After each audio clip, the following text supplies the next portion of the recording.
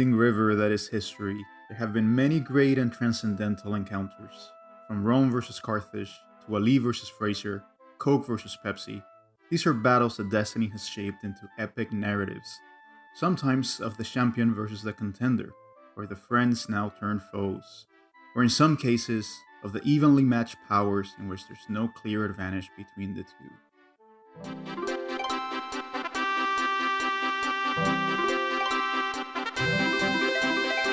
And tonight we have one such match, between two superpowers that have clashed time and again for dominance. It is a battle of the games that originally never came out in the West, the battle of the fifth entries and of Square versus Enix. It is none other than the battle between Dragon Quest V and Final Fantasy V. Welcome, everyone, to the latest round of 8 matchup of the King of Games 92. My name is Ozzy Garcia and I will be your host for this episode. Joining me for this matchup is none other than editor extraordinaire Ashton Ruby. Good to have you, Ashton. Good to be here. Thank you so much. And to round out the panel, it is the main character of the main quest, none other than Keith Gasper of the Main Quest podcast. Keith, welcome to the show. You have a very difficult to pronounce podcast name, apparently. Thanks for having me back, guys. Well, thank you. It's great to have you back. It's gonna be this is the second episode I do with you, and this is gonna be the big one. And off the bat, I gotta say that we swear, coming into this, we did not script this battle. I don't know how everything happened, but we find ourselves here. And it happened completely organically based on the sitting. But guys, how exciting is this? I mean, it is a grave responsibility, but I am sure we're going to rise to the occasion. But are you excited for this? This entire matchup has lived in my head for the past week. It's just like you said, it is the most evenly matched match of this entire tournament, I think. And it is, man, I am dreading what this conversation is going to bring up. The fun thing is that we've been chatting about this on the thread, and I think I can speak for all of us that none of us really know who we're going to vote for, which game we're going to vote for going into this. And it's very rare to kind of see that. Even if you end up choosing another game down the road, once the recording actually gets started, usually you come in having an idea of what you're going to vote for. I mean, I don't know, Ashton, do you feel the same way? Yep, same way for me too. Yeah, well, it's going to be interesting. So honestly, this is one of the most hopefully organic and free-flowing episodes we're going to have, because honestly, we have no idea which way we're going to go. So it should make for either terrific podcasting or terrible podcasting. Also, I kind of joked about it off air about how this is also probably the snobbiest episode because it's too incredibly hard to find JRPGs that actually took out some, top favorite of all time games, TMNT 4 and Sonic 2. This isn't for the casuals. Yeah, it just blows my mind that we got into this point. Like, this is the moment where we either lost all credibility or we establish our bona fides. I don't know which way to see it. It's really in the eye of the beholder. Whoever sees it, if they're a big Sonic fan, they're like, these guys are fucking hacks. But I guess in the gaming literati, we are enlightened because we chose two Japanese-only games to go up against each other in the round of 8. And that took down the Turtles and that Blue Hedgehog himself. Dragon Quest V actually took down Sonic 2, of course. And I think, Keith, you were on that episode, right? You're welcome. I mean, it's not like we didn't know which way you were going to go, Keith. And of course, Final Fantasy V took down Teenage Mutant Ninja Turtles 4, Turtles in Time. And that went 2-1. I believe Shane was the deciding vote. And I think that still hurts him nowadays. So hopefully he'll be able to lick those wounds for the next few matchups. So just a quick, brief intro to both games. Final Fantasy V, I mean, it kind of needs no introduction. It's part of the Final Fantasy series of JRPGs.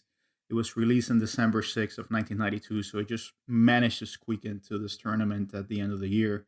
And of course, developed and published by Square or Squaresoft, now Square Enix, whatever they're going by these days and whatever they're deciding to do these days. But back then, they were still a big name and well-respected by all gamers. And of course, it never released in the US. This was one of the titles that we lost out on. It was supposed to be maybe the Final Fantasy 3 to the Final Fantasy 2 that was Final Fantasy 4. And if that's confusing, that's exactly what I'm intending to do. and eventually found its way outside of Japan, but it took quite a few years later and a botched localization. And but over time, we've been able to get a pretty decent version of Final Fantasy V. But it first released in 1992 in Japan, and that's why it finds its way here. And of course, over on the other end, we have the progenitor of the JRPG series itself, per se, the one that inspired Hironobu Sakaguchi and Final Fantasy in a way, and that's Dragon Quest V. And of course, I think it's not an understatement to say that it's the most beloved of the franchise entries. This is Dragon Quest V Tenku no Hanayome, or Hand of the Heavenly Bride, and it released in September 27th of 1992 in Japan to quite a lot of fanfare. And it was developed by Shunsoft, which took over developing duties for, I believe it was the first 5 Dragon Quest games, and I believe this was the last one that they worked on, because Dragon Quest VI, it was developed by another developer. And of course, it was published by Enix. And as it so happens, these two companies are now together, and they form one big JRPG factory. Those are the bona fides, the intros to both games, and I'm not one to really beat around the bush here, and I like to just go straight into their criteria. And of course, let's just give a quick rundown of what we're going to be considering. We're first going to be talking about the personal attachment that we have to these games, and which one kind of tugs at our heart a little bit more than the other. That's, of course, a very touchy-feely segment, so take that for what it's worth. And then we have critical commercial reception, which I know some people hate because they don't think that should be worth anything, but it's here. So this is our tournament. You got to take it and you got to deal with it. Who's ever said that? Trust me, man. Trust me. We went through a long period of, originally at the King of Games 98, when we launched this, there was some heated debate about whether to include critical commercial reception at all. So eventually it's just found its way into the tournament as a fixture of it, just by virtue of inertia, really, I would say. But do you know how many people on Twitter in these modern times throw out numbers like God of War sold this, and like, oh yeah, well, and that's exactly why people hate it. Fucking Kingdom Hearts 3 sold this. Take that, you fanboy. It's like, no. And that's exactly why people hate it, because they feel that it's not a good measure of whether a game is better than another, neither with respect to commercial reception or critical reception. And by the way, originally in the first tournament, it was divided. So there was commercial reception and then there was critical reception. So it was a little bit more controversial. There is still an argument to be had for that. So I don't know. I think it's necessary. Potentially. I mean, but we are stuck with this format right now, Keith. So please stay to the script. Stick to the script, please. Sorry, I didn't mean to derail. And then after we go through that very controversial criteria, Keith, we're going to go into legacy. And that's basically what the game offered to the medium. What kind of enduring or lasting presence it has over video games as a whole. And then we're going to round that out with respect to what game we would rather play. And this is the one that's, I would say, most critical with respect to how we view the game. And it really allows us to go into the narrative, the audio, the graphics, the mechanics. And that's something that I want to flesh out a little bit more with respect to this particular encounter, no pun intended.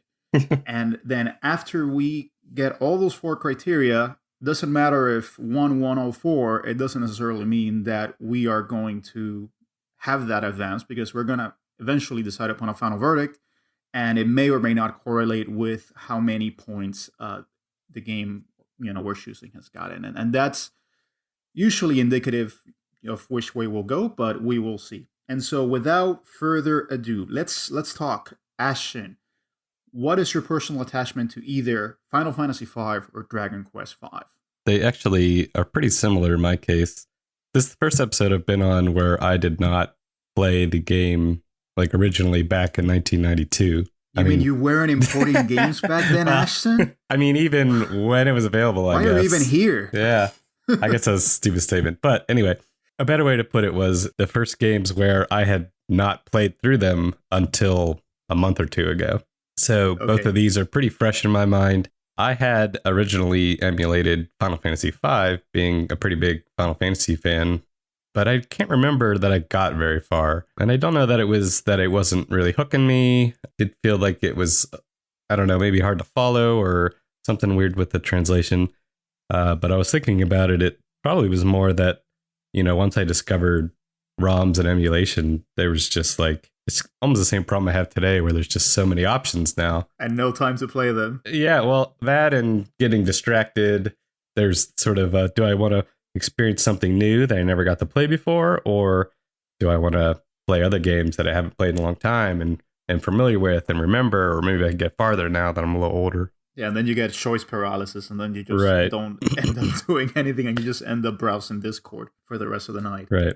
and what I mean, because it's very interesting that you have these games very fresh in your mind. What has been your impression of both games after you have now had that experience? Both games deserve to be here. A lot of these games at this point have some right to maybe make it the whole way or some argument to be made for it. I felt that both games, sometimes it's hard to go back. We mentioned this sometimes, sometimes hard to go back, play an older game that doesn't have some of the quality of life things or just sensibilities or whatever. But I didn't get that much with either of these, but I really enjoyed both. I played through the Game Boy Advanced version of Final Fantasy V, and then I actually landed on the Super Famicom fan translation of Dragon Quest V. I had tried a couple other versions through either emulation or just sort of watching some clips and stuff of them. But it was really something about, again, we're going to get snobby here, but like the pixel style of it is, again, a preference of mine. I felt like having to manage the camera while playing this new game was just a bit too much for me for some reason. That's just a nitpick. But something about the Super Famicom caught me as more sort of charming and endearing and simple. Like it was enjoyable to just kind of play something simple, straightforward, but at the same time, good story, wanting to see what happens next, progress the characters, progress the story. Yeah. Did either of these games kind of endear yourself to you more, or what was your takeaway having finished both of them? Yeah, definitely. I think for both, I would probably consider myself a fan of both of them now. Such as that Dragon Quest V actually made me want to go back and play more of the Dragon Quest series. Mostly only familiar with the first one, playing Dragon Warrior growing up a whole bunch, but never really getting very far. Dabbling in the other ones here and there. But once they started racking up, I just wasn't keeping up at all and was more into the sort of Final Fantasy style with the storytelling and combat style, I think. And actually, one of the only other Dragon Quest games I played was like Dragon Quest Builders 2. I was like obsessed with for a while. Yeah, well, I mean, and the first one I played, and it was a really fun time. Yeah. And from what I understand, I mean, the first one kind of recreates the story of the first game or the first three games, something along those lines. But I think there's something that plays very well to that kind of Minecraft type setting and the Dragon Quest vibe. So that one is fun. I had a good time with it. Yeah, I think that's something about it I really liked was I've always enjoyed and respected, I guess, the Dragon Quest name and style, like you said, the progenitor. So anyway, even just sort of lightly familiar with what Dragon Quest is, and they're very good at staying on theme, even more so than Final Fantasy, I think, with the music and the sound effects and the characters. And so that's just kind of that for me. I've learned that I've enjoyed that familiar feeling and that, oh yeah, that's the noise that always makes me open a chest or win a battle. Yeah. Just to wrap up, I go ahead. Love both of them, and going to be a hard decision. What about you, Keith? I mean, what experience do you have with either of those games? So, like Ashton, I didn't come to these games until a lot later, more so Dragon Quest than Final Fantasy. I've always been a bigger Final Fantasy fan than Dragon Quest. In fact, I've only played 3 Dragon Quest games compared to Final Fantasy, which I've played all of the mainline numbered entries aside from the MMOs and 15. I played Final Fantasy V. I played the fan translation pretty early on, probably like 97 or 98 or something like that. And then I came to it a couple years later because I was replaying the entire series, played it again, and I really enjoyed it. I really do like Final Fantasy V. As for Dragon Quest V, it was just one of those games I just kind of found on a whim, just kind of found out about it on a whim. Not that I didn't know it existed. I knew about Dragon Quest's existence and stuff like that. But when looking up older JRPGs to play, Dragon Quest V would come up on a few like best JRPGs of the 90s or something like that. And I'm like, well, maybe I should check this out. And I did. I played it for the first time like 2010 or something like that. At the time, I didn't appreciate that much. I don't think I really enjoyed just, I guess, the style of the Dragon Quest games. I guess like it's just a little too more medieval than Final Fantasy, whereas Final Fantasy blends in a bit of sci-fi into their games, which they're more sci-fi than anything else these days. But so Dragon Quest never really did it for me, which is why I haven't played that many. But coming back to them for this tournament, so I obviously recently played Dragon Quest V for the Sonic 2 episode. I'll talk about it in the personal attachment criteria. But that's kind of, formed a new bond with me in a lot of ways, and I appreciate it a lot more now. And I finished that up maybe about a month ago and absolutely loved it. I loved it so much more than when I had originally played it, and maybe I just didn't play it at the right time, perhaps. But I love Dragon Quest V. It does feel like a game that it kind of has to hit you at the right time. Either you kind of vibe with it right away because you're in that kind of state of mind, or you need some time to let it marinate and see it. It really does feel like a game that it can hit very differently depending upon the station that you are in life. So I do think that that's what's happened with you in that case. Yeah, and like I said, I played it on a whim. So it was like, I don't think I was really into it in the first place. Like, it was just kind of like, oh, people say this is really good, so I think I'm going to play it. And it just didn't really resonate with me. I think I just didn't get it. Yeah.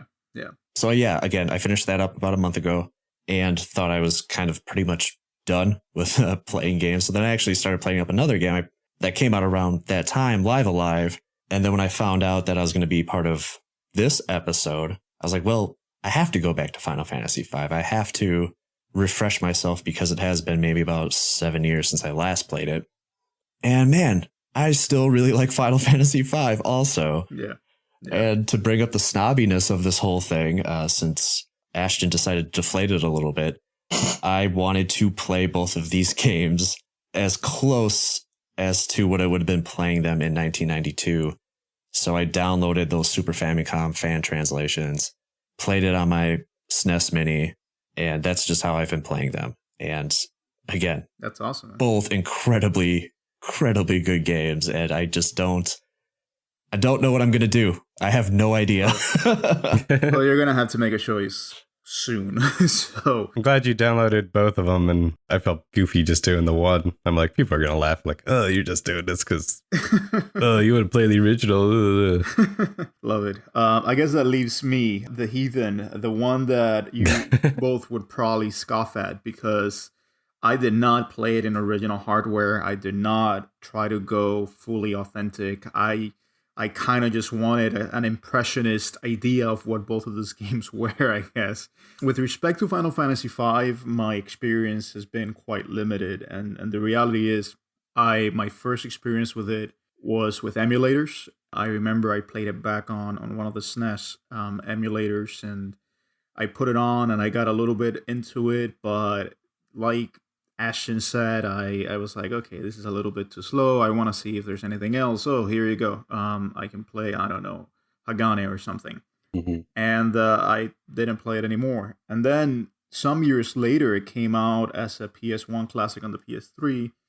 And I downloaded it, and it was actually the anthology version. And so I thought, well, whatever, I'm going to have this. It's Final Fantasy V and Final Fantasy VI. I installed it on my Vita. I tried playing it that way. And now I know that that's probably the worst way to play Final Fantasy V. But at the time, I didn't know better. So I just tried to play Final Fantasy V the best way I could. Yeah, it didn't go very well. And I think part of it was that I'm a very big lover of good stories. And I just don't think that the storyline in Final Fantasy V is the most important component of that particular game. And so, I was playing it. Actually, I was on a trip to Sweden and I was super jet lagged. And so I was just playing the game while, trying to fall asleep because it was in the middle of summer and they get like 1 hour of nighttime at that point. And I got like 6-7 hours into it, and it's just I couldn't really get into it. And so that was kind of it. I played it. I was like, okay, maybe this is not the ideal Final Fantasy for me. Maybe I'm more into the sixes and the sevens and the more story-based Final Fantasies. Now with hindsight, I kind of see it a little bit different. And now I think I am more open and receptive to what it brings to the table. And that's why I think that in my mind, these two are very evenly matched. Now, with respect to Dragon Quest V, I mean, one of the reasons why I played it was because I knew Keith was playing it. So I was like, okay, well, if Keith is playing through the whole damn thing, I mean, I kind of got to do it myself or else, I'm going to be a hack, which I am. Nah. And I fully admit to it, but whatever. And so I was on a trip, actually. I was on a trip, I believe I forget which trip this was, but it was somewhere in Latin America because I had to travel a lot for my job. And I saw the game there, and I saw it basically, on iOS and on my iPhone. And I was like, you know what? I'm going to play it this way. It's not ideal. It's not the original ROM, but I'm not going to pay the amount of money that they're asking for the DS version. Right. It's really expensive right now. And this one is accessible, so I might as well get into it. I had heard about Dragon Quest V for ages. I mean, it was one of these games that it was like, yeah, that's the best one. That's the one that you got to try. If you got to go for one, that's the one. And it had come out in a bunch of like best RPGs of all time lists and stuff like that. So it's always been on my radar. It's just I've never really been able to get into it and actually start playing it. Particularly because the way I wanted to play it was on the DS, and that just became cost prohibitive at some point. But I decided to just put my snobbery away and not be like Keith or Action and just said, you know what, let me play it this way. Which, by the way, going with my theme of not playing the best versions of these games, it's not great. It's not a great version of this game. It's fully 3D, other than the character sprites. The character sprites are still 2D. I mean, the enemy sprites are animated, but they're still sprites. Mm-hmm. The camera is not great, and there's just something with the graphics that make the textures really warp. So they look really zigzaggy and just completely distorted, and it's weird. And on top of that, the translation is bloody awful. Man, yeah. It's absolutely awful. It's so it's bad. just one of the most cringe-worthy things I have read. I had heard about it, to be honest, but I did not think it was this bad. It's just like, some of it is just borderline racist. That's how bad it is. It's just trying to come up with this fake accents and trying to really portray these accents via dialogue, via text, and it's just very off-putting. Doesn't seem serious. I mean, there are puns galore, so many damn puns. All the enemies are puns, and it just kind of pulls you out of it a little bit. But having said that, you can still see why this game is so important and why this game is so beloved. And so I think that, this game, I was not able to get through the whole thing before recording this episode because it's just life hasn't let me.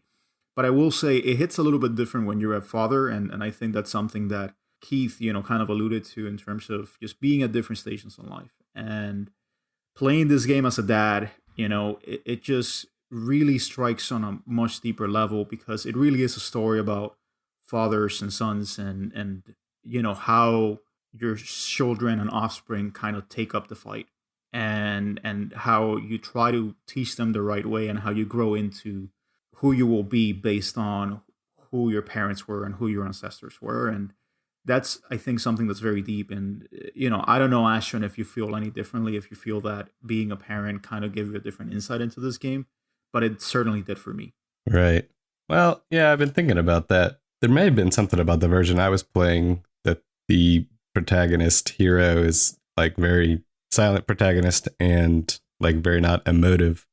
So you don't necessarily feel these strong connections with the kids. And spoilers, there's like this time skip thing. So he like doesn't even really know the kids. I knew some of this going into it, that there was this sort of generational thing, that there's like these different time eras and generations that you play through. It didn't super resonate with me, at least not those parts. Okay.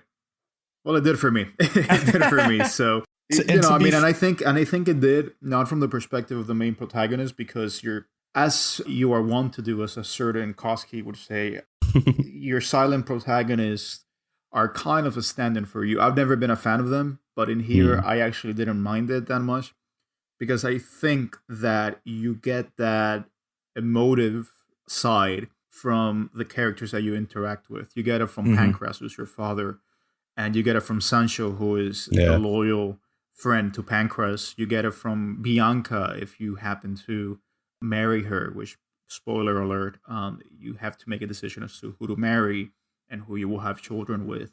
I think all of that is what brings it in, and makes it emotive. And one of the things I really like about this game is how it creates really lifelong bonds.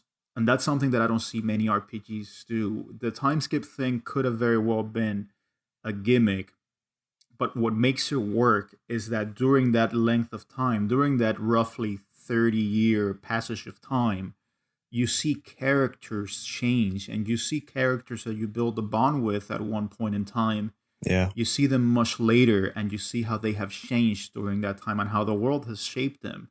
I don't know, for me, putting my kind of 1992 hat on, it just really hit deep. It was really able to achieve that sense of, we created a connection that lasted through the ages. I really think it's not about the main character per se, because, as you say, Ashton, it's just a silent protagonist, but it's really the entirety of the world and the other characters that bring out that sense of deep, lasting connection. So I don't know, Keith, if you feel any different with respect to that. No, I totally agree with everything you just said. And I want to just add that I think one of the coolest aspects of Dragon Quest V, especially in comparison to Final Fantasy V, is the fact that at any moment you can turn to any of your party members on the map and speak with them. Yeah. And they will basically kind of give you a rundown of what's going on or talk to you about the situation that you're currently in, thus kind of giving you a little bit more, not only, again, more character as in regards to them, but also giving a little more character to yourself as well. Yeah, it's all very organic, I would say. And I really appreciate that about this game. It's a very well-written game. It has a very simple narrative at the end of the day. Really, when you get down to it, it's just good versus evil, making sure that you find the right things. It's really the same age-old trope that's been done since Dragon Quest 1. But it's really the characters that bring out the joy and the vibrancy of this game. Yeah, it's a simple narrative, but I would say it's a much better narrative than what Final Fantasy V has going for it. Yeah. Oh, but absolutely. Because Final Fantasy V is also incredibly simplistic, and I would say also very iterative about itself as well, just as Dragon Quest is. But I think Dragon Quest is a little more well written. I think that Final Fantasy V was done that way on purpose. I think they wanted to get away, just reading the interviews from the time, I think they wanted to get away from what they considered to be and were criticized as being a very linear Final Fantasy in Final Fantasy IV. I think a lot of the audience was put off by how story-driven that game was. And so with Final Fantasy V, they just kind of said, well, you know what? We're just going to focus on the gameplay. We're going to make it as flexible and as free as possible. And the story is just the vehicle, the shell by which we're going to give you all these tools to play around with. It really does feel that way. But anyways, we're kind of really getting ahead of ourselves. Mm-hmm. So I want to make sure that we decide upon personal attachment and get that out of the way. So Ashton, you have the privilege of going first and making your choice for personal attachment. Nice. All right. So let's see. Time to start making decisions and rubber meet the road. Yeah, I thought about this a few weeks ago, and I felt that I was going to choose Final Fantasy V just because kind of historically I had actually played it. It was an early emulation experience for me. I did have the PlayStation version, and I played that a little bit. And overall, even if I just choose by series, I have probably a stronger connection overall to Final Fantasy than Dragon Quest, but I'd rather do it more against the two games. I think ultimately I still will land on Final Fantasy V. So you have sort of two good games, one with a story sort of holding up most of it, and then one with a gameplay holding up most of it. I do actually really enjoy the job system in any iteration I've seen it. That sort of unlock abilities, level up certain classes. You can switch it, you can change it. In tactics and Final Fantasy, in the online Final Fantasy games, I really enjoyed that. So I think, not to deliberate it anymore, yeah, I'm just gonna give it to Final Fantasy, maybe a little bit by default. But all these are going to be these narrow victories, I think. There you have it. Keith, give us your verdict, please.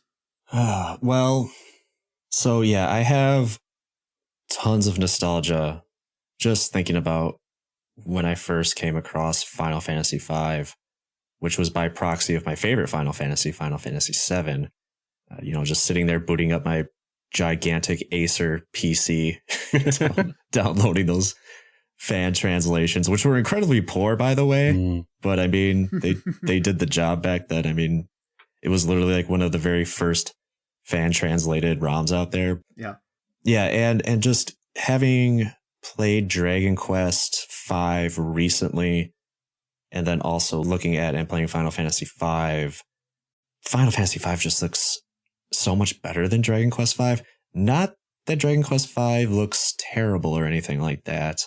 I don't know where I'm going with this thought process right now, actually, now that I think about it. I think I agree with you, but go on. Dragon Quest isn't ugly, it's not terrible, but I mean, when you kind of looks like a spruced up Nintendo. Yeah, that's what I was going to say. Right. They really made fewer leaps than Square and Team did at the time. Yeah. Definitely, yeah. But we can get into that later. Yeah, I don't know where that I'm not going to let you slide. I'm sorry. You need to make a decision. Yeah, coming back to Final Fantasy V, it gets a bad rap because it's kind of like the weird middle child. It is more or less like a remake of Final Fantasy III, but like Ashton said, it is just a really refined job system from that game. In my opinion, is basically, it's kind of the gold standard of implementing that type of gameplay, unless you want to, he mentioned tactics. I would one-up him and say Strangers of Paradise, but that could be a separate episode. But yeah, I never played it. We have the resident lover of Stranger of Paradise here. Chaos. I love chaos. So nostalgia is going to carry this for me, basically. When I learned I was going to be on this episode, I was very excited to start Final Fantasy V again. So I think Final Fantasy V is taking this category for me.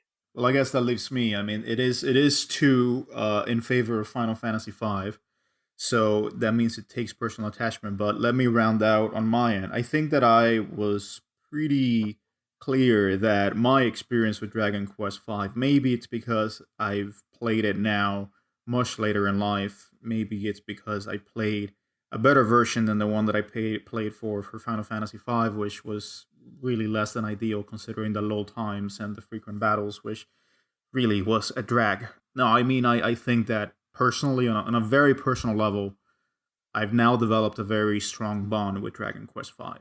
I really do think that, now I have no option but to get the actual physical game, because now this game has kind of endeared itself to me so much that I think that really it's kind of going up there in like my personal list of favorite games. And so I don't think there's a question for me that Dragon Quest V takes it. Again, that's not indicative of where I will go with respect to the final verdict, but I do think that Dragon Quest V has just been a lot more impactful than my first few forays into Final Fantasy V. So that leaves it at 2-1. We have kind of gone a little bit over, but we are going to go straight into critical commercial reception, and then we can take a quick break.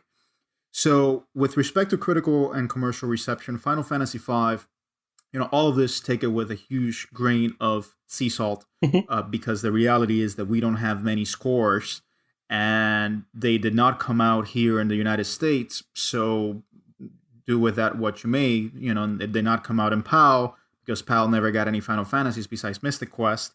So I don't think that you're going to be able to get much in the way of critical reception. But I will say that Famitsu rated Final Fantasy V 34 out of 40. So with respect to this, I'm just going to take Famitsu because it's the one that actually got the greatest look into both of these games.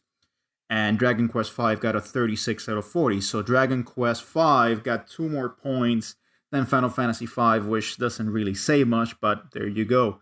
And in terms of sales, Final Fantasy V sold about 2.5 million copies in Japan. And it's really the 17th best-selling Super Famicom game, Super NES game, period. So it's incredible how well it sold. The second best-selling game in Japan in 1992, which it's kind of crazy when you consider that it came out in December. That's really 24 days that they had in order to sell this game and become the second best-selling game. But guess what the first game was? The best-selling game in Japan in 1992 was Dragon Quest V. So it shipped 2.8 million units, so it sold quite a bit. And it's the 16th best-selling SNES game of all time. So it's really neck and neck. But anecdotally, I think Chris mentioned this on the other episodes, but the demand was so high that it increased the price of the Super Famicoms. And there were pictures of the lines just being so long, up to 3 miles long. I mean, this game coming out was a huge event. It really became kind of a pop culture phenomenon at the time in Japan, and it really cemented Dragon Quest as the preeminent series for gaming in Japan. So it was a huge thing back then. So I think as will be the tale here for most of these categories, very evenly matched. So I'm gonna go straight into the criterion, the critical commercial reception. I'm just gonna go straight and judge it. I will say, like I mentioned, they're very evenly matched, but I gotta go Dragon Quest V just because it's not only because they got 2 more points from Famitsu. I wouldn't say that's the case, but really I think over time, Dragon Quest V has kind of critically become just a critical darling. I think Final Fantasy V still proves very divisive. I think there's still kind of a set of people that say, yeah, that's the Final Fantasy V the Final Fantasy that does things differently, but not the type that I like, particularly coming from those that really came into it with Final Fantasy VII and more of its story-driven appeal.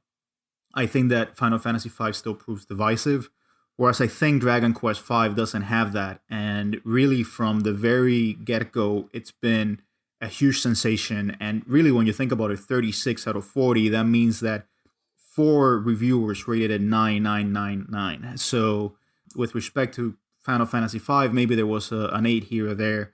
But I really do think that, on a critical level, Dragon Quest V has really stood its weight.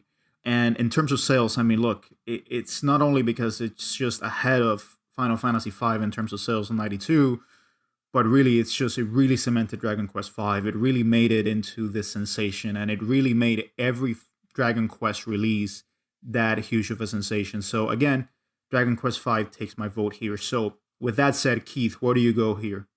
Man, this is tough. I think we're kind of on the same wavelength here.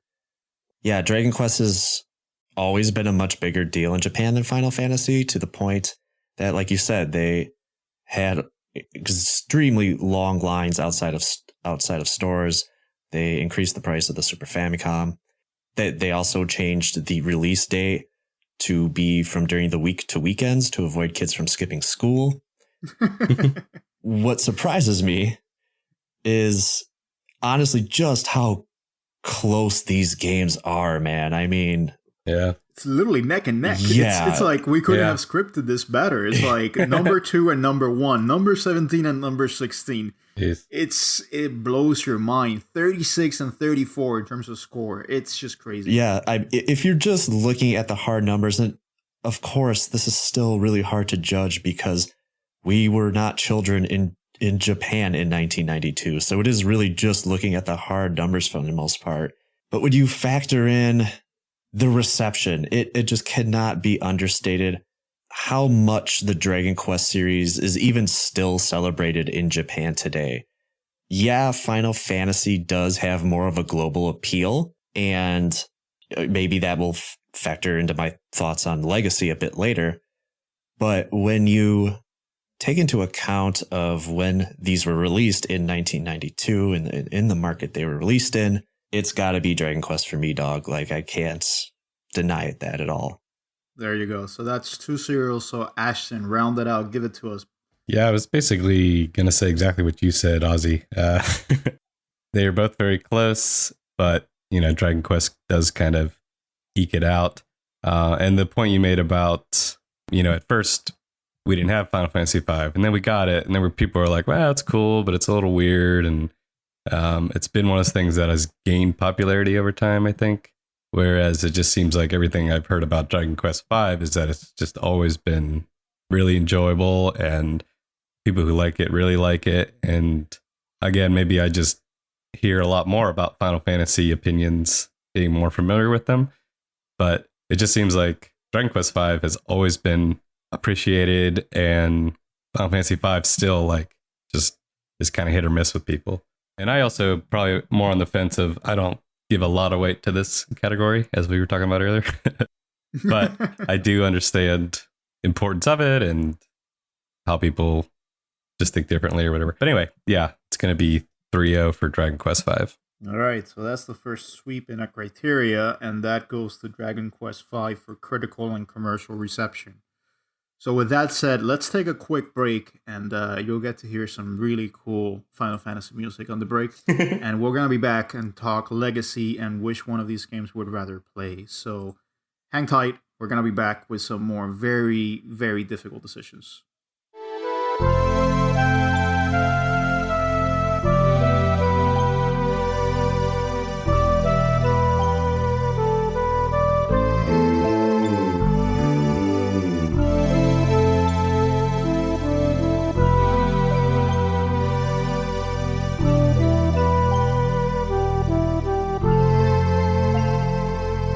All right, everyone. Well, I hope you enjoyed that interlude. Certainly brought to you by the great mind that is Nobuo Uematsu, who we are going to be talking about at some point again in this episode.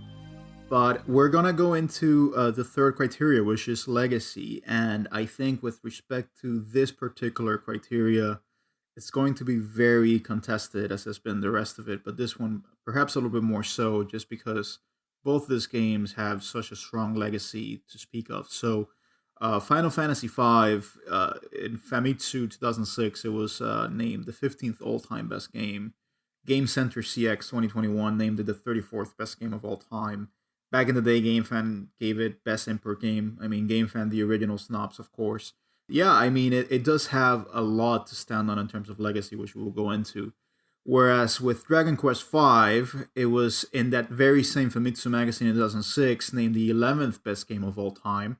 And TV Asahi in 2021 named it the second best game of all time.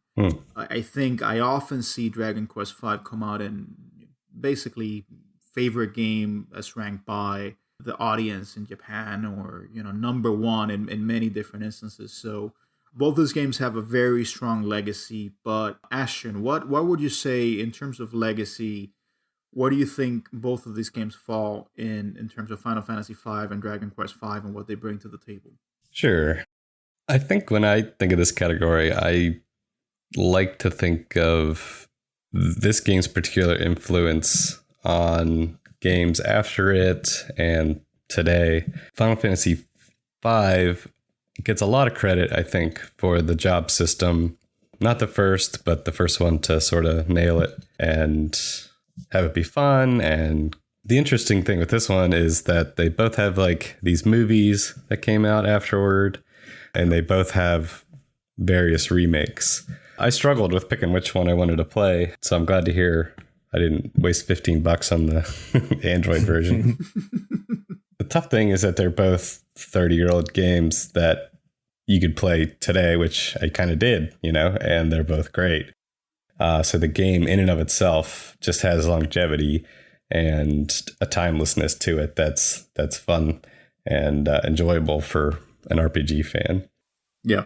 Again, it's hard to not have sort of a bias toward Final Fantasy, just throughout my life playing a lot more and knowing a lot more about Final Fantasy, that I can see sort of the direct influences of Final Fantasy V, especially with gameplay and character customization in an RPG. Dragon Quest V, I know, introduced some things. First one to do like sort of the monster catching, monster ranching feature, and to do sort of the generational storytelling. I guess this is probably the time to say I did really enjoy the Netflix movie for Dragon Quest V. And that came out in 2019, and it was a CG movie. Yeah. That was based off Dragon Quest V.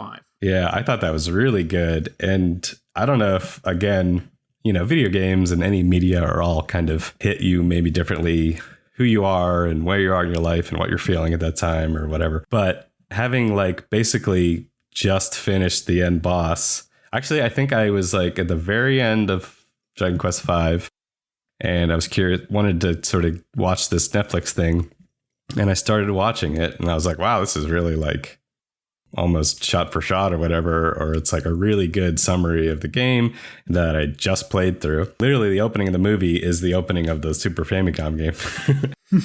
And then I stopped because I hadn't finished the game yet. I was like, oh, wait, I don't want to finish this. I was like, I'm pretty sure I know how this ends, but I want to finish the actual game first. So then I stopped, finished the game, and then went back and finished the movie. Twist, it's not exactly the same, but it was just like the exact movie. Like I was the perfect audience for this movie. Yeah. It is extremely poignant to what we're doing right here, right now. Right. Yeah. So that's kind of just a cool thing for Dragon Quest as far as the legacy goes, because the Final Fantasy V movie is ridiculous. And from what I hear, there's a character who has a crystal glowing out of her butt. Yeah, so, pretty much. Yeah. More than one, actually. Yeah. So it was a very different time than 90s. We will leave it at that. Yeah. No, I mean, I've enjoyed some other animes that are kind of closer to that style, but that's a little apples and oranges to compare an older anime to a brand new CGI Netflix movie. But it's just interesting that they wanted to keep telling that story, I guess. All this to say, I don't really have a great choice. So I think I'm going to give it to Final Fantasy V. Just because, at least personally, I can directly see the influence of its legacy in the gaming world. Whereas Dragon Quest, it's kind of stands on its own. Like itself as a game has stood the test of time, which is also like commendable. But I think it's kind of a wider legacy or a wider reach with Final Fantasy having directly influenced the style and gameplay and basically the core mechanics of a lot of other really great Final Fantasy games and RPGs. Well, there you go. That's 1 point in favor of Final Fantasy V with respect to legacy. So for a change, I'm going to go next. Yeah, I mean, it's hard because I think that Final Fantasy V, contrary to its divisiveness, which I've already referenced, does have a very strong legacy. One of the things that I find very important, and I think it's a point that's been made before because I originally made it to Chris and then Chris stole it and inserted it into one of his into one of his episodes, is that it really got the fan translation community going. Yeah. Because there was Final Fantasy IV, which came out as 2 in the West, and then Final Fantasy VI, which came out as 3 in the West. And in between, people learned that there's this other game that never came out stateside, and it picked so much interest in the community that it got a whole generation into ROM hacking. It got a whole generation into studying Japanese and learning katakana and really getting into it so that they could play this game and not only play it, but bring it to the masses. And it really launched a movement in my mind that someone like Keith in 97 was able to pop it into his ROM emulator, his SNES emulator, and play it. And I really think it kickstarted a movement, and I really do wholeheartedly believe this was one of those original games that made it happen. If there had been something like Chrono Trigger that hadn't come out stateside, maybe it would have been that game. But contrary to Dragon Quest V, Dragon Quest V wasn't the first one that got the fan translation. It was Final Fantasy V. So for the West, it's a game that really just launched a movement in my mind. And beyond that, I mean, Ashton already referenced it. I mean, the job system was really perfected. It came in Final Fantasy III, but that was kind of a proof of concept.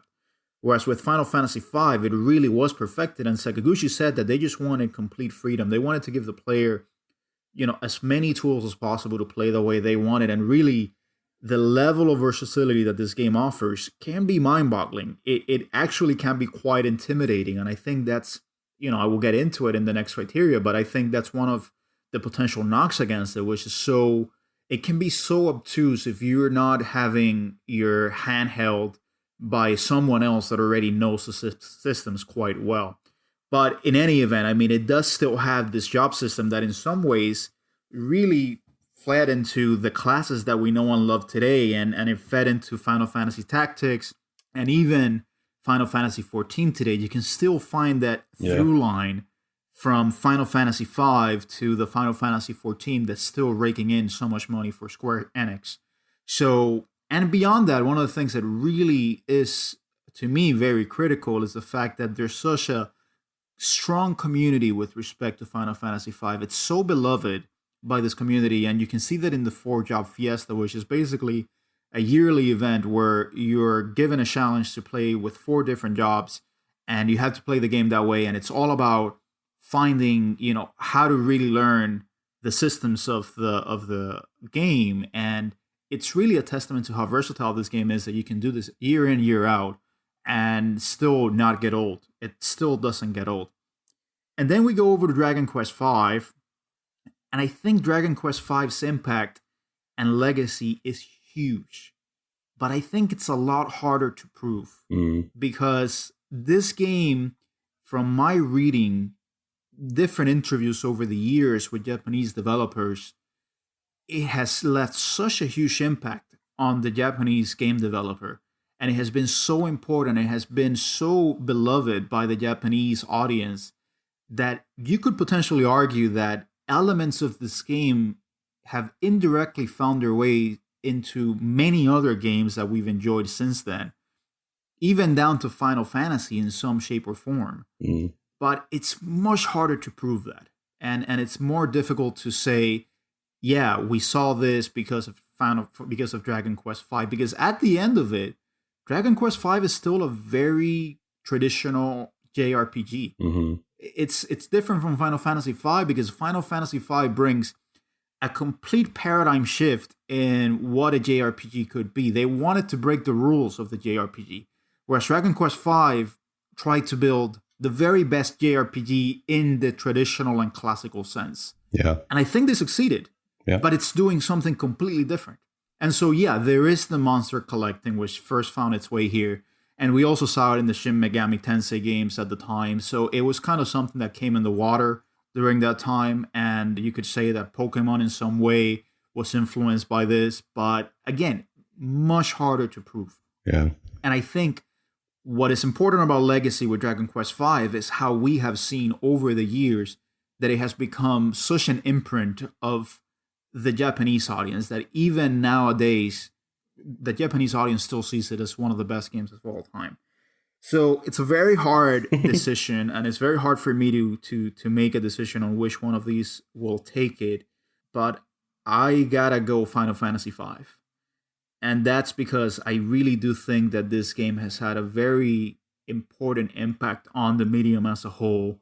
I really do think that the fact that the community is still going strong, the fact that it's still so playable, and that you can really tweak around the systems and see it from different angles. And I really do think that this game, 10 years down the line, is still going to be as relevant as it is today. And the fact that we're playing a game that is 30 years old and you still have such a strong community around it, I think is important. But honestly, to me, this is a dead heat. I honestly think that this one would be very difficult to make the case for one or the other. I'm going to say Final Fantasy V, but that's more because I have to make a decision. Yeah. But yeah, I will go Final Fantasy V, which means that's 2-0. Keith, round it up, buddy. Man, who cares? I mean, yeah, man. Spice it up. Both franchises. You can't say both, Keith, so make a decision, buddy. No, I'm saying, so like Dragon Quest V and Final Fantasy V, the franchises have a lasting impact on not only RPGs, but on gaming themselves, you know? Yeah. Dragon Quest and Final Fantasy are the grandfathers of JRPGs. And you could argue that we wouldn't even have Final Fantasy without Dragon Quest. True. That's a discussion for another episode. When you look at these two games specifically, who's to say if both of these games, if both of these games failed commercially, that the franchise would be over, right? And that's hard to say. I don't I don't think these games by themselves really have a legacy. Even if you think of Dragon Quest V and just thinking about its overall reception leading up to this discussion, I don't feel like there has been any depreciation for the game. For the people that have played it, it is universally loved, right? Unfortunately, by comparison, I feel that many more people have played Final Fantasy V, but it kind of has this reputation of kind of just being pretty middle of the road JRPG. It's not really doing anything new. What it does is great, but it's really not doing anything that it hasn't done before. It's just kind of riding on brand recognition alone. But I think what pushes Final Fantasy V across the line for me, and this is something that nobody has brought up in the previous episodes that this has been a part of, is Tetsuya Nomura. And in a way, isn't that kind of what it always comes down to? Nomura is inevitable. Because I don't really care for him these days. But I guess no matter what you think of the guy, this was technically the first official game in the series that he was involved in. He was a debugger on Final Fantasy IV, but 5 is the first game where he left like a real footprint in that he designed a majority of the monsters, and looking through his sketches and even his concepts that didn't make it into the game are beyond anything else that had been put in the series up to this point. It looks so good. The sprite work in the original Super Famicom game is so good. It's incredible. Yeah. I know he would go on to do much more iconic characters. I mean, this just came up to me a couple days ago because I have the Final Fantasy Ultimania guide. Yeah. And I was just staring at his work, and it had brought up that this was the first game that he worked on. And I was like, just looking at his stuff, and I'm like, man, what the fuck happened? It's beautiful. Come on, Nomura. Yeah. Yeah. So, I mean, you could argue, and I am, that without Nomura's involvement in Final Fantasy V, he doesn't get promoted. He doesn't go on to create some of the most iconic characters and games in the Final Fantasy series. And for better or worse, you don't get Kingdom Hearts. However you feel about that. So, I said spicy, not too spicy. Well, I disagree, but I will say that's a fair point. I'm just ranting at this point. I think Final Fantasy V deserves to grab the legacy. Dragon Quest V kind of seems like it's kind of forgotten. It has its fans. I'm one of them. But within, like I said, I think it was either reception or personal attachment, I don't remember. Within the cultural zeitgeist and on brand recognition alone, I think Final Fantasy V has much more legacy going for it. All right. Well, that's 3-0. That's a sweep in favor of Final Fantasy V, which, to be quite frank, I am a little bit surprised considering the weight and the importance of Dragon Quest V. But there you have it. So that brings us to the last criteria. And again, this is not the final verdict, but it brings us to the last criteria, and that is which one we would rather play. And before we get into that, I kind of want to go through 4 different sets of sub-criteria per se. And that's kind of pitting this one against the other in terms of pound for pound with respect to their individual qualities. Which game has the better narrative? Ashton, give me your quick thoughts on that. Dragon Quest V.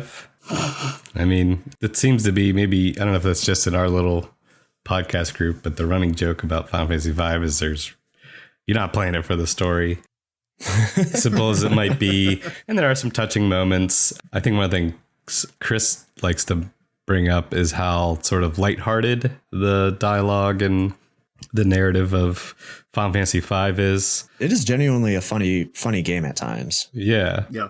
It does feel like the developers were just taking the piss the whole time. They were just not taking themselves seriously. And you can kind of tell when you see the pictures of Sakaguchi just smoking a cigarette and just being like, Yeah, we just wanted to do something completely balls out. And you could tell that there was some heavy drinking going on Yeah, I think in that development. I think Uematsu admitted to having several beers when composing the soundtrack. They would say, they asked him, how would you compose? And it's like, well, I do a little bit of composing. I take a break. I have a beer. I relax, and then I go back to it. That's how I compose. That's kind of how I think it went. And that brings us to Uematsu. Like, which game, Keith, would you say has the better audio? Which game? Because on one side, we have Koichi Sugiyama, which I haven't referenced up to this point, who is the longtime composer for the Dragon Quest games, recently passed away. Kind of a divisive figure, but really it's hard to not say that his music is intrinsic to the Dragon Quest experience. Definitely. And then on the other side, we have Uematsu, who is the mastermind behind at least the first 10 Final Fantasy games and their soundtracks. And both of those games have very strong audio. But Keith, where would you say you would put the audio with respect to both of these? Yeah, so again, I am not a huge Dragon Quest fan. I have not played a lot of the games. I thought, and I even said this the first time around, that the soundtrack is phenomenal for Dragon Quest V. I really enjoyed it. Now, are there standout tracks in comparison to Final Fantasy V? Absolutely not.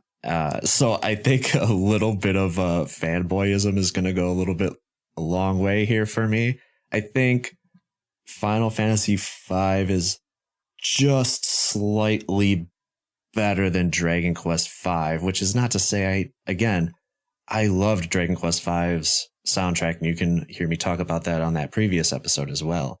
I think I had a little bit of pushback from Chris and Try on that one, but whatever. I'm here now. So I love Dragon Quest V's soundtrack, but I just think Final Fantasy V's kind of just tips it over a little bit more. Well, this was my excuse to kind of talk about each individual elements, because one of the things I realized when I was putting together the outline for this episode is that the criteria don't lend themselves well to talking about these particular components in their individual capacity, and kind of seeing, what the sum of its parts amounts to. And audio really was a big reason why I wanted to do this, because music is huge for me. And I really do think that music drives so much of what our nostalgia brings us back to. Like you said, Keith, I am not a big Dragon Quest guy, and Koichi Sugiyama's music has never been something that I've been familiar with.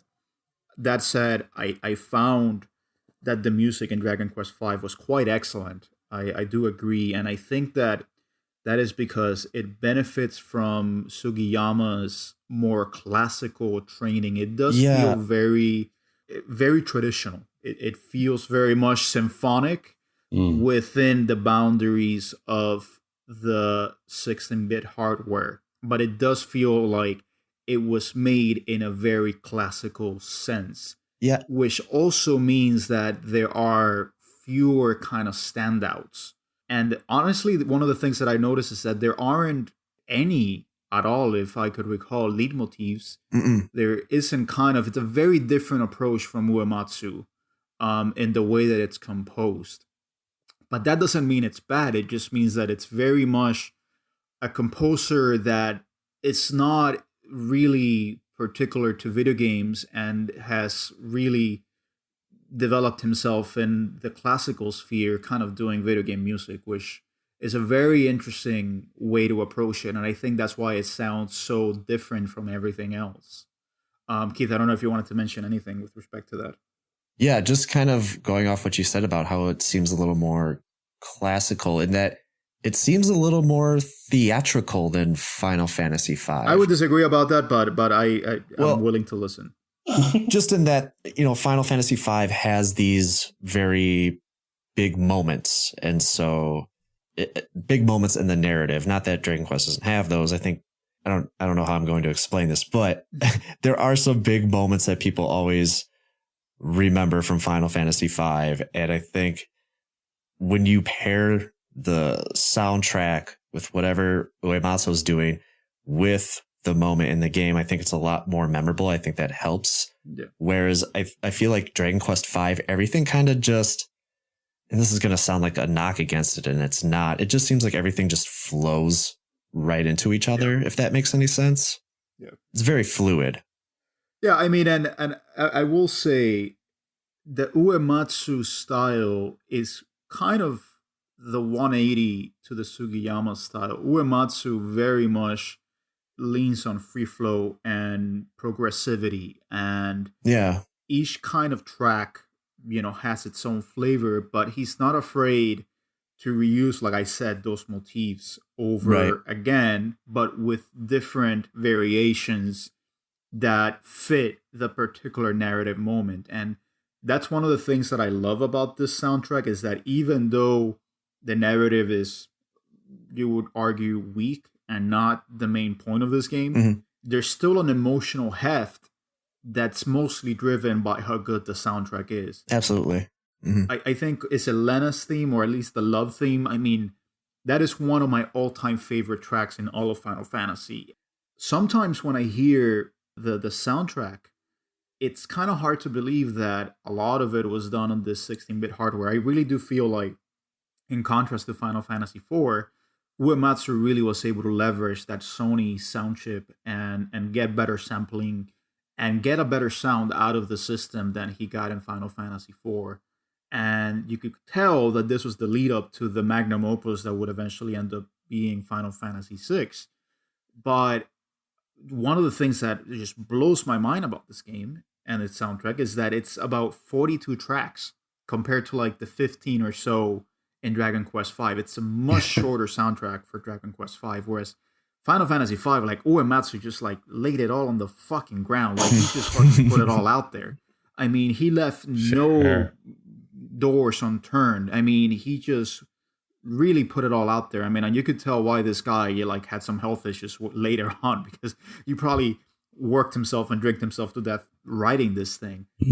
There is both an element of the classical and an element of the rock kind of sensibilities that Uematsu has. So as much as I love and I like and how befitting it is Dragon Quest V soundtrack, I really do think that Uematsu just like blew it out of the water with this one. And I've heard other people say that they don't have as much appreciation for the Final Fantasy V OST, but I really do think, if you go back to it and you listen to it, it's a soundtrack that you can listen to without playing the game. It's a soundtrack that you can listen to it from top to bottom, and it's going to be one that holds its weight. And you could play it in any concert nowadays and still have a good time. I mean, between the love theme, between the main theme, the battle in the big bridge, which is where Gilgamesh, shows up, just absolutely historical and important. So, Ashton, I don't know if you feel any different with respect to everything that we have blabbed on about.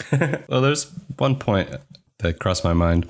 Everything you're all saying is great. One thing, though, about video game design, and particularly music, is that sometimes I think a video game composer's job is not necessarily to write something that's so good it takes you out of the game. Like it should be something that not only fits, but like it's almost you don't notice it because it fits so well, or it's just working so well with the gameplay and the visuals and the story. Not to say that you can't write an outstanding piece or have games that have standout tracks, but I think that's what I would say is the difference between these two games. In almost a lot of respects, Dragon Quest V, it all works so well together that you almost can't pick apart what it is that's really holding it up. It's just kind of all very cohesive. Yeah, cohesive and, enhancing each other, like stronger together than separate. Whereas just as you guys are talking, it seems like Uematsu is like, all right, my turn. Boom.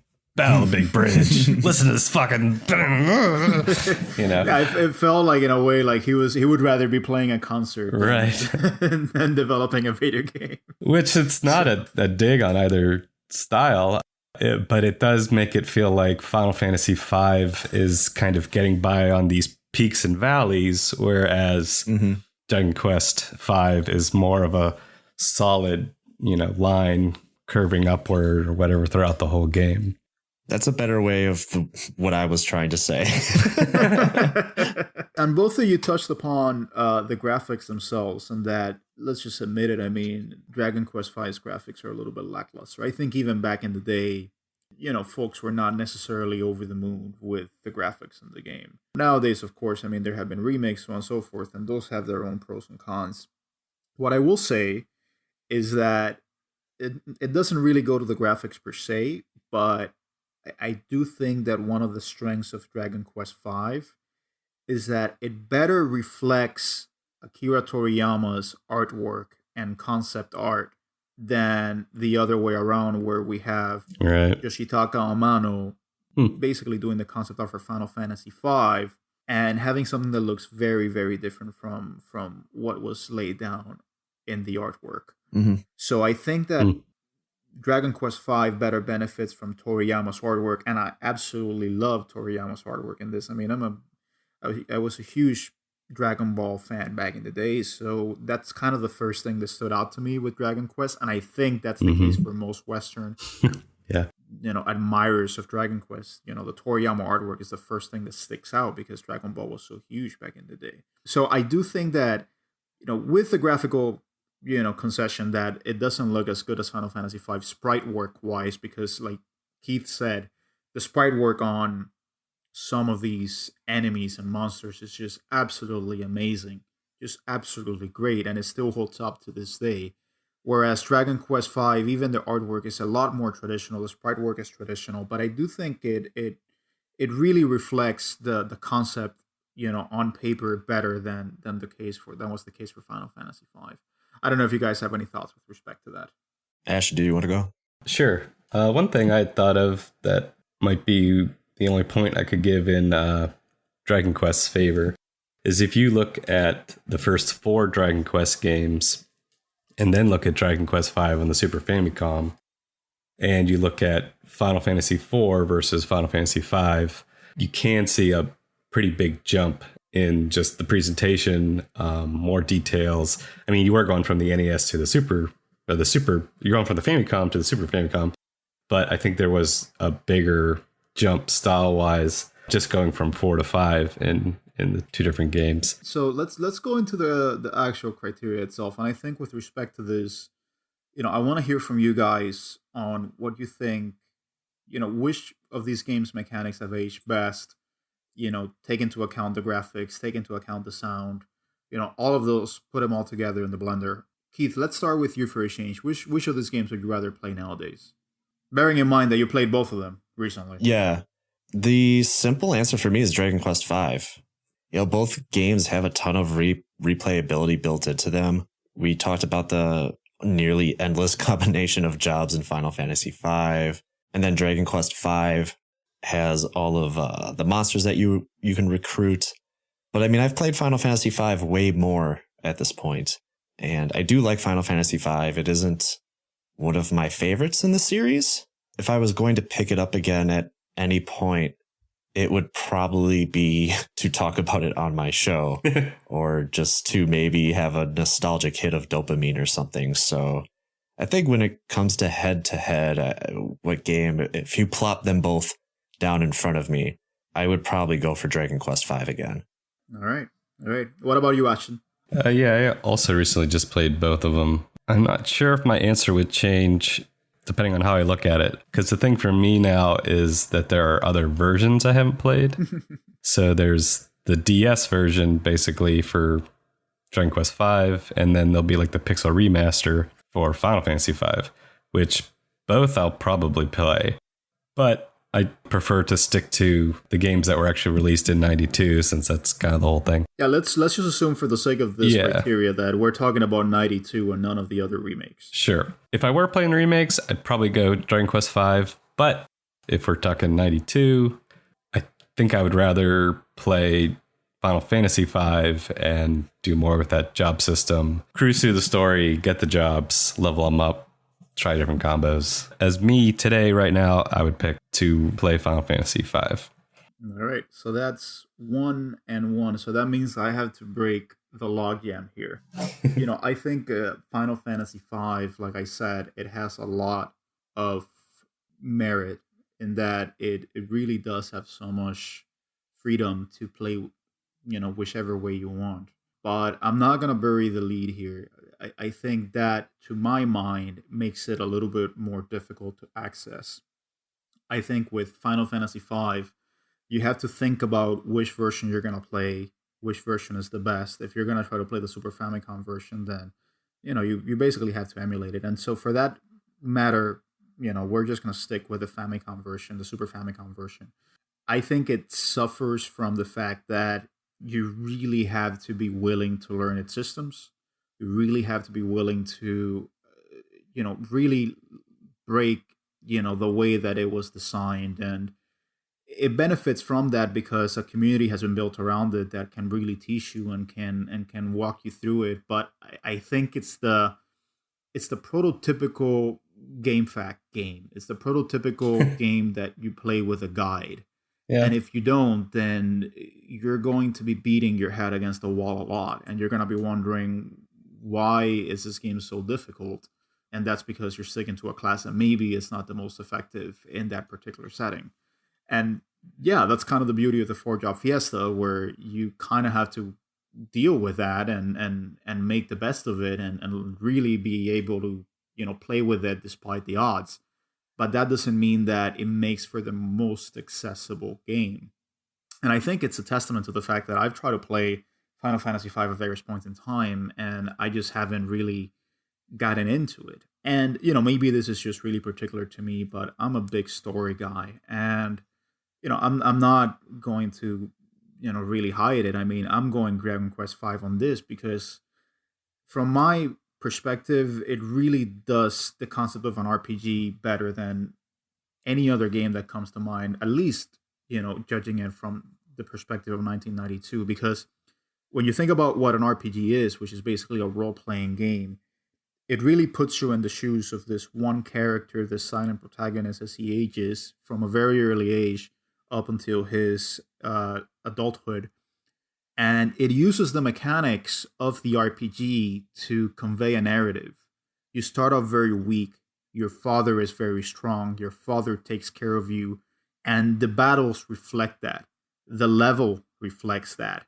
And you grow stronger as you age. You grow stronger as you gain more experience. And I know it seems very self-evident to say that, but it really goes hand in hand with the narrative, and it's a perfect marriage between narrative and gameplay that I don't see many games do well, and particularly games from 1992.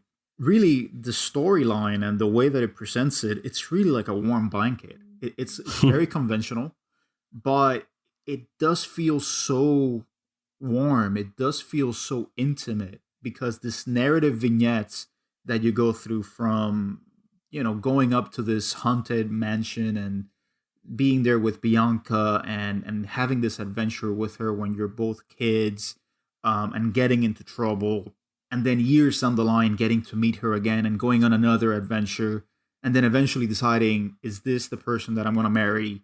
And seeing your friends from time to time and seeing them again. And the relationship with the prince, I forget his name now. But essentially he starts out as a very petulant character, and then something happens which I'm not gonna spoil, and over time he just grows. And yeah, it's a game that for its time, despite how traditional it is, it subverts expectations. Because, for example, in a typical game you would be the chosen one, but in this game there's a twist. You're not. And that to me is very just incredible to see. And the fact that, you see this character who you think it's going to continue to be a petulant character, and then he ends up kind of growing. All of that, there's just so many moments here, where you're like, man, that's a really nice touch. The relationship with Saber and how eventually, this tiger comes back and he comes back into the party. Or, for example, when you first capture a monster and they're very low level and you haven't played with them for long, they just don't follow your commands. They do, you say fight and they defend instead. And again, it's just kind of narrative being told through gameplay, and it does that so well. Yeah, I mean, I gotta go with Dragon Quest V. I think that this is a game that if I were to play it 10 years down the line, I would still enjoy it. I think it's a game that still, because of its simplicity, because of how well it does what it sets out to do, I think that it's still very much accessible. And if I had to tell a person play a JRPG, and this is going to be your very first JRPG, I would have no qualms about giving them Dragon Quest V. And that would be even above Final Fantasy IV, Final Fantasy VI, or any of the other JRPGs that are out there. I would say if you want to get the best sense of what a JRPG is, I would give them Dragon Quest V and say, come back to me 20 hours later and let me know what you think of them. If you don't like them, then they're not for you. But if you happen to like them, then there's a whole world out there that's waiting for you. And then you can get into Final Fantasy V, so on and so forth. So it's so accessible. It's so, recommendable in a way. And it's just, there's so much emotional baggage that comes along with this game that I would just be crazy not to give it to Dragon Quest V. That means Dragon Quest V takes this last criteria. Is that your coffee working? Is that some big dick energy coming through? What is? I think, yeah, that's what I tried to convey.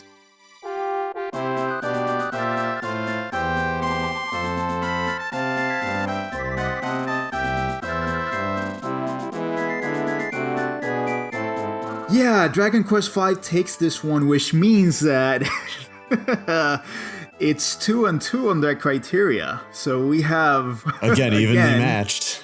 Evenly matched titles here. So shit. That gives us the final verdict. Guys, I don't know where we're gonna go. I don't even know who to start. I don't even know who to give it to first. I typically go first so I can just get the ground running. I don't know. Ashton, let's go with you. You have to come up with the final verdict of which game will advance to the semifinals of the King of Games 92. And now that we have gone through all of that, what would you say? Which one should advance based on what we have said so far?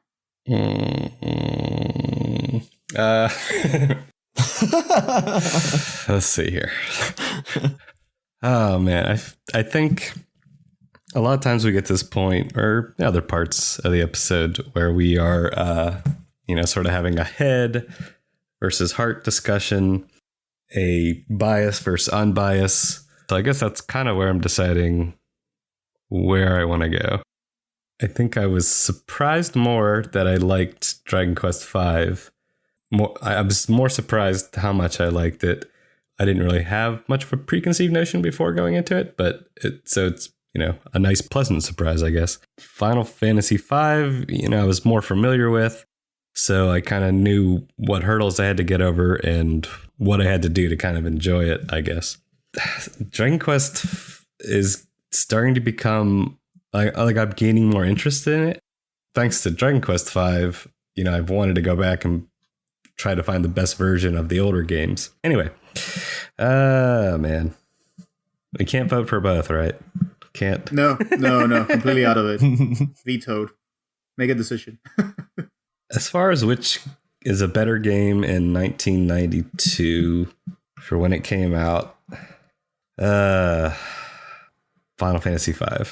I think that's what I was leaning toward, if anything, slightly. Fuck. I feel so unconfident about it. But all right, is that your final verdict? Yeah, sorry. I don't want to keep us awake any longer. Log in your pick, Ashton. I'm locking in Final Fantasy. Final Fantasy V. Yes. All right, so I guess I'm going to go because I'm going to leave Keith last so that he has a decision to make. Fuck. I will say, even now, I'm kind of struggling. That scene in the movies where the compass is going all over, that's kind of how I feel right now. It's kind of like all my internals are going haywire. I will say, though, I think I've already kind of hinted at it, but Dragon Quest V, to me, has become a very important game. I do think that Final Fantasy V has a very strong legacy, and I think that it does stand strong, and it will continue standing strong because of how much support it gets from the community. But I do think that even within the Final Fantasy community itself, it's still a very divisive game. I think the lack of a proper and strong narrative, I think it's to this game's detriment. If this game had a strong narrative to go along with its gameplay, something like Final Fantasy VI or Final Fantasy IV, I think that it would stand strong as one of the best games of all time.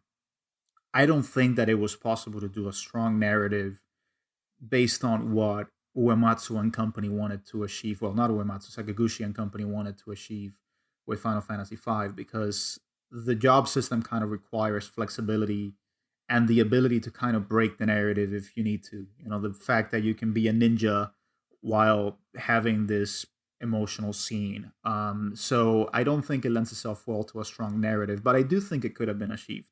But I do think that when you look at it, the game is still divisive, even within the Final Fantasy community. Whereas with Dragon Quest V, I don't think that's the case. Like I said, I think this is a game that you could put in someone's hands and feel very confident that even if they're not JRPG fans, that they are going to enjoy and are going to get something out of it. And it has catapulted itself into, you know, even without having finished it, it's still, to me, it's now one of my favorite games, and I would put it up there as a top 20 experience. And I think it's going to get remade again. I think it's going to enjoy kind of the pixel remaster treatment that we're seeing with the other Dragon Quest games. And I, for one, can't wait for it. I do hope that I play it without the botched translation. But even with that, I can say that it's so amazing in its foundations that it doesn't even detract that much from it when it all is said and done. So yeah, I'm gonna go Dragon Quest V. So that means Keith, you have to break a tie, buddy. So there you go. It has all been leading up to this. So Final Fantasy V gets 1 point. Dragon Quest V gets 1 point. Go ahead and take it home, buddy. Well, thank you guys so much for having me on again. It's been fun being on the King of Games 1992. I'll see you guys later. Bye. Man. If you want to stall, I thought of a couple points I wanted to make I could be real quick about. Well, go for it, Ashton. It just makes me feel stronger about my decision, actually. The 2 points I wanted to make were, yes, Dragon Quest has a better story, but I really felt more connected to the characters of Final Fantasy V than, I don't know why I had such trouble connecting to this kid to father figure character.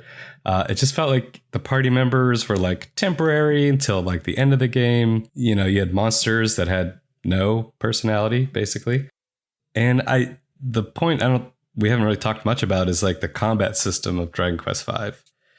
Like, it's so boring. Like, like it's simple, and I got more into it the longer I played, but it took a long time for me to enjoy the combat system.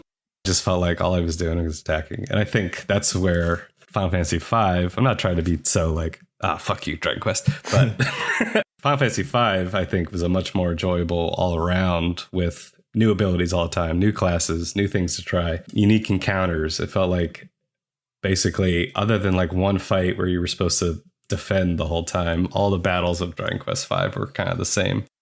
But it's just not its strong suit. I guess I'm dithering a little bit because I felt unconfident, but now I'm feeling a little better because maybe. Well, listen, Ashton, listen. I have daddy issues, okay? It speaks to me. Like I said, I cried at the end of Field of Dreams. So let me have my emotional I'm not taking that away from story between father and son. I'm just kidding. Well, maybe that's where I can start then, because I'm going to push back on that and say that's just kind of what Dragon Quest has always been. When you think about the battle mechanics, right? It's nothing flashy. They don't ever try to push the limits of what the game can do. And I think that's even a point that I brought up in the last episode, is that it's been pretty consistent as far as the gameplay goes. And some would say that could be to its detriment. But I mean, you look at like a franchise like Pokemon, for instance, and it is literally the most popular, biggest fucking thing on planet Earth, and it has not changed its gameplay in 25 years. So, yeah, I don't know. I feel like the Dragon Quest series has had pretty decent success, and it is a shame that, you know, the West hasn't really accepted it up until pretty much recently with Dragon Quest XI. So, you know, what a broken clock is right twice a day or whatever, right? So, yeah. I mean, so I guess that's just my rebuttal to that. Whereas, you know, Final Fantasy has always had huge peaks and valleys in its gameplay. And yeah, I mean, I still don't know. Yeah. I think it was just if you're going to expose someone to RPGs, that feels like such a loss on that part of, if you love narrative and stuff like that, you can read books, you can watch movies. If you want to be part of the story, then you play video games. But I think that's really, at least for me, sure, a big part that is crucial to the experience of playing a game, a role-playing game, is the mechanics of it and how you play it. And see, growing up, I hated reading books, and actually JRPGs were the reason why I even began to even like reading, is because there's so much narrative in JRPGs. And so something like Dragon Quest V, very similar to Earthbound, because Earthbound really jacks a lot of what Dragon Quest brought to the table. And that was a game that I loved growing up. And so I would have totally ate up Dragon Quest V. All right. So what do you say? Man, I don't know. What if we went into the dressing room and just tried on Dragon Quest V? How would it look? How would that look if I just said Dragon Quest V? Would that look good? It's up to you, man. I'm not making your decision for you. Fuck. Maybe this isn't an interesting take, but I don't think there's a wrong answer. People are going to be disappointed no matter what, but I think both of these games deserve to move on, and it just happened they got put together, so one of them's got to go. Final Fantasy V is a really good game. It's a really good game. You know, if we are in fact trying to find out what the best game in 1992 was, and factoring in everything that we talked about, you know, even going into the narrative and audio and graphics and mechanics and stuff like that, I feel like Dragon Quest V is the entire package. It is what you would want in a JRPG at this time. Whereas, you know, Final Fantasy V, probably to Ashton's point, might be a little more fun to actually play for some people. But man, I don't know. This is tearing me apart. As someone that is not a huge fan of Dragon Quest, I think I'm a little surprised that I'm saying this, but I think Dragon Quest V is the better game in 1992.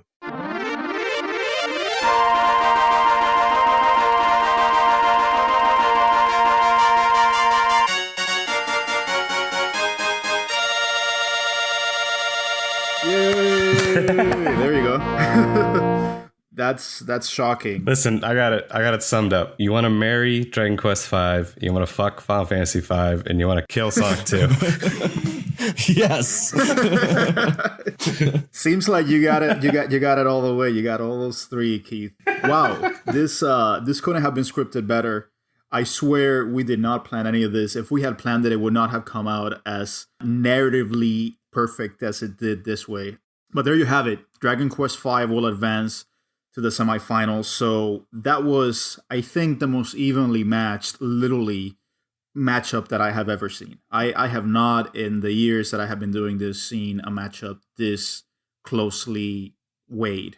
That means that Final Fantasy V has to go, but I think it can stand tall and hold its head up high that it put up a really, really, really strong fight. And I could see this going a different way if there were different arguments, or if it was a different time of day, or if there were different panelists.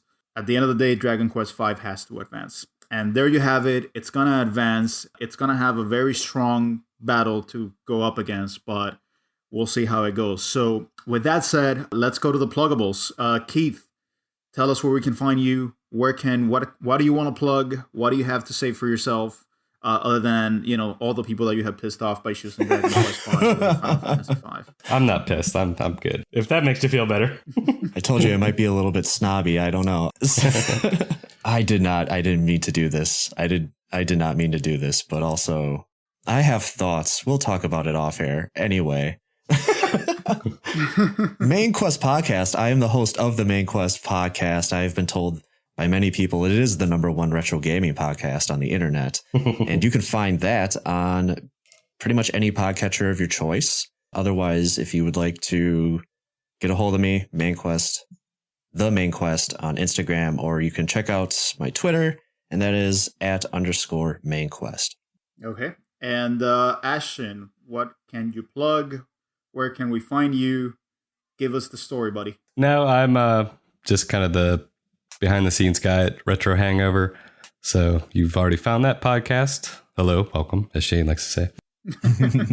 No, there's a ton of great podcasts on this project. So you should definitely check them all out. Join a Discord or two. You definitely have your pick. I'm partial to the Retro Hangover one, but yeah, that's all. Well, thank you, Ashton, and thank you, Keith. And I also don't have much to plug other than just saying thank you, Chris. Thank you, Shane. Thank you, Ashton, for bringing us the Retro Hangover podcast and for giving us the platform to do something fun like this and get to do fun little projects like this one. Definitely come and join the community. Like Dragon Quest V, it's a cozy blanket. We got takes. We got a bunch of takes. Oh, especially when you talk about Final Fantasy. Final Fantasy, it's the hot debate. We've gone, I think, 5 days without a Final Fantasy debate. There it is. Yeah. I think that's the longest we've gone in recent times. So definitely join us. We're all here on Discord. You can find Keith, you can find Ashton, you can find me. You can also find a lot of the former Region Free Gamers community in there. So if you're missing that community, definitely go there and you can find some of the old hands, some of the old bodies there plugging away. And so definitely keep listening to the Retro Hangover, keep listening to the Dick Dragon blowing out your ears when Chris shouts out at the beginning, which wakes up my daughter, and I hate it, but apparently enough people like it. But everything else is absolutely great and amazing about the Retro Hangover. So you're the one. Yes, I happily admit it. I am the dissident in this particular story. Do you hate waffles as well? Absolutely, yes. We're getting too deep into I think pancakes and French toast are much better than waffles, so sue me. But other than that, we got a high score challenge, and every once a month, and our friend Mass Keaton puts together a set of games, and we decide which one will be played that month for a high score. We also just launched a kind of book club of sorts. We call it the Retro Hangover Review Crew. And that's where we pick a game each month and we all play it and we talk about it. And we just basically break down the game. That's a very new thing. And Ashton and I are kind of taking the lead on that. So a lot of cool initiatives, a lot of cool merch. So it's a community that's growing, giving more work to Chris, giving more work to Shane. So let's keep them busy. Yeah, it's been fantastic. Thank you, guys. Thank you, Ashton. Thank you, Keith. Thank you. This was better than I could have hoped. And it was all thanks to you both. And so until next time, keep it retro and keep it Dragon Quest, keep it Final Fantasy. Whichever way you go, you can't go wrong. See ya.